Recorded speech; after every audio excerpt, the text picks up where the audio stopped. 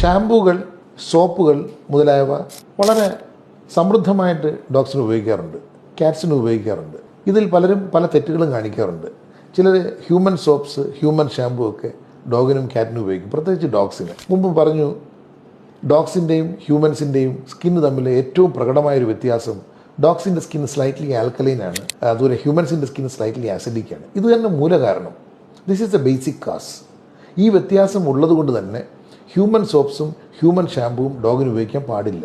ആ pH തന്നെ തെറ്റിപ്പോവും, അതിൻ്റെ സന്തുലിതാവസ്ഥ, ഇക്വിലിബ്രിയം പോവും, സ്കിന്നിൻ്റെ പുറത്തോട്ട് ഇക്വിലിബ്രിയം നഷ്ടപ്പെടും. അതോടുകൂടി സ്കിന്ന് ആൾട്ടേർഡായി മാറും. സ്കിന്നിൻ്റെ മുകളിലെ പാളി പൊളിഞ്ഞു പോകും, ഡെന്യൂഡേഷൻ, എപ്പിത്തീലിയൽ ഡെന്യൂഡേഷൻ ഉണ്ടാവും, ഡാൻഡ്രഫ് ഉണ്ടാവും, ചൊറിച്ചിലുണ്ടാവും. അങ്ങനെ ഒരുപാട് കേസുകൾ വന്നിട്ടുണ്ട്. അതുകൊണ്ട് തന്നെ ഈ ഹ്യൂമൻ സ്കിന്നിന് സ്യൂട്ട് ചെയ്യുന്ന രീതിയിൽ ഹ്യൂമൻ ഷാമ്പൂവിലും ഹ്യൂമൻ സോപ്പിലും ഒക്കെ കാർബോളിക് ആസിഡ് അഥവാ ഫിനോൾ ചേർത്തിട്ടുണ്ട്. എന്നാൽ ഫിനോൾ ഡോഗ്സിൻ്റെ സ്കിന്നിന് ടോക്സിക്കാണ്, കാരണം ഡോഗ്സിൻ്റെ സ്കിൻ ആൽക്കലൈനാണ്. അപ്പോൾ അതുകൊണ്ട് തന്നെ ഈ ഫിനോളിക് സോപ്പുകളൊന്നും, പ്രത്യേകിച്ച് ഒരുപാട് സോപ്പുകളുണ്ട്, ആ സോപ്പുകളൊന്നും, ഹ്യൂമൻ സോപ്പുകളൊന്നും നമുക്ക് ഡോഗ്സിന് ഉപയോഗിക്കാൻ പാടില്ല.